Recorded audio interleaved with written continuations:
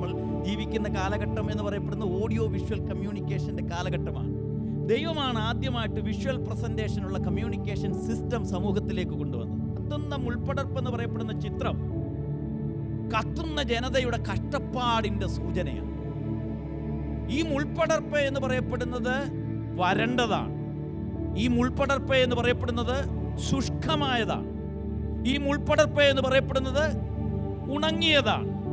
മരുഭൂമിയിലെ ഈ മുൾപ്പടർപ്പിന്റെ ചിത്രം എന്ന് പറയപ്പെടുന്നത് കഷ്ടപ്പാടുകളുടെ കഥനവേദനകളുടെ ചരിത്രമുറങ്ങുന്ന ഇസ്രയേലാണ് ഈ മുൾപ്പടർപ്പ് എന്ന് പറയപ്പെടുന്നത്. അപ്പൊ അങ്ങനെയെങ്കിൽ ഈ മുൾപ്പടർപ്പ് കത്തിക്കൊണ്ടിരിക്കുകയാണ്. പക്ഷെ കത്തുന്നെങ്കിലും അത് ശുഷ്കമാണെങ്കിലും ഉണങ്ങിയതാണെങ്കിലും അത് നിർജീവമായി പോകുന്നില്ല, ചാമ്പലാകുന്നില്ല, ചാരമാകുന്നില്ല. ഈ മരുഭൂമിയിൽ ഇതിങ്ങനെ കത്തിക്കൊണ്ട് നിൽക്കുകയാണ്. അതൊരു വ്യത്യസ്തമായിരിക്കുന്ന ഒരു കാഴ്ചയാണ്. ഫറവോന്റെ ഇഷ്ടിക ചൂളയിൽ നൽകുന്ന കനലുകൾ കൊണ്ട് അനേക പ്രിയപ്പെട്ടവർ മരിച്ചു പോയിട്ടുണ്ട്.